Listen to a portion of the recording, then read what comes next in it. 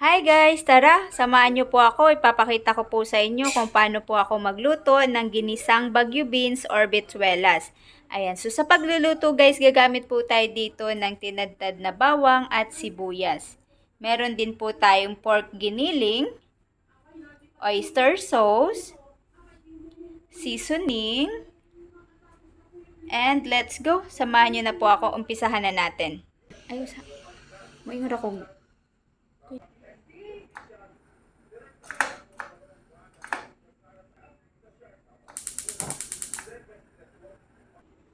Ayan, so ngayon maglalagay na po tayo ng mantika dito sa kawali.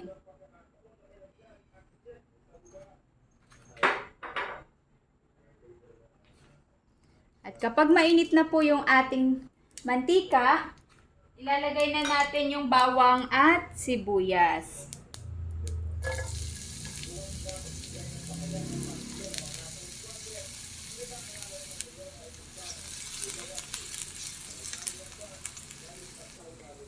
At kapag nag-brown na po guys yung ating bawang at sibuyas, ilagay na natin yung pork giniling. Yan, ilagay na natin yung giniling.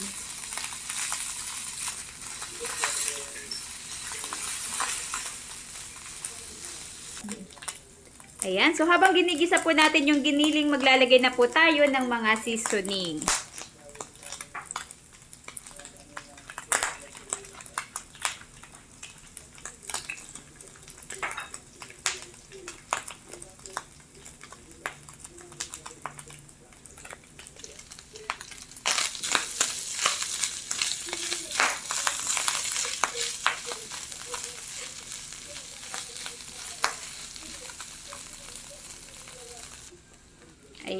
Ayan. So, ngayon, next naman natin ilagay po yung Baguio beans.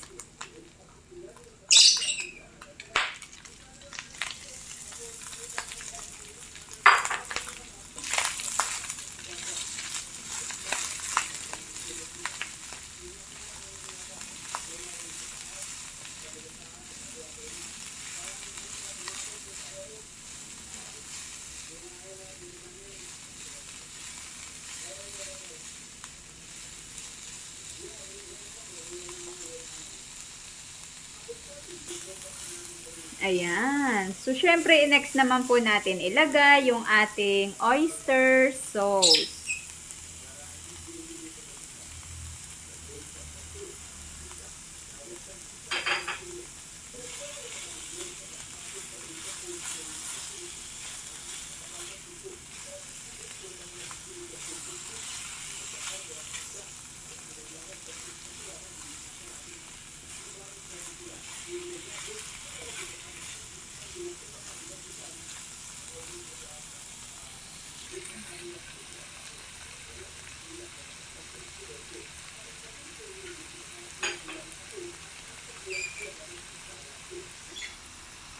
Ayan. So, dahil yung gusto po natin guys dito sa ginisang gulay ay half cook lang po. Kaya, maglalagay na tayo ng konting tubig.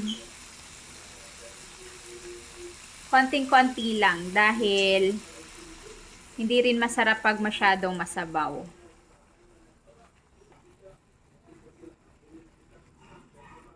Ayan. So, ganun lang kadali guys magluto ng ginisang Baguio beans. No, napakadali lang at tipid pa po. Hindi masyadong mahal pero mas masarap naman. Ayan. So, para mas madali guys, takpan lang natin yung gulay. Then, after 2 minutes, pak, tapos na.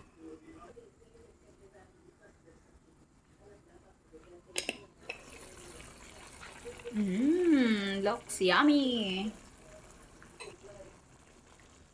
Ayan, so pwede na to guys. Let's go, kain na tayo. Ayan, so tapos na tayo magluto ng ginisang Baguio beans guys.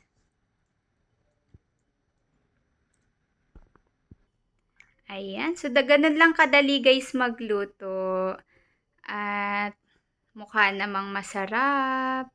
So, thank you for watching guys. Bye-bye.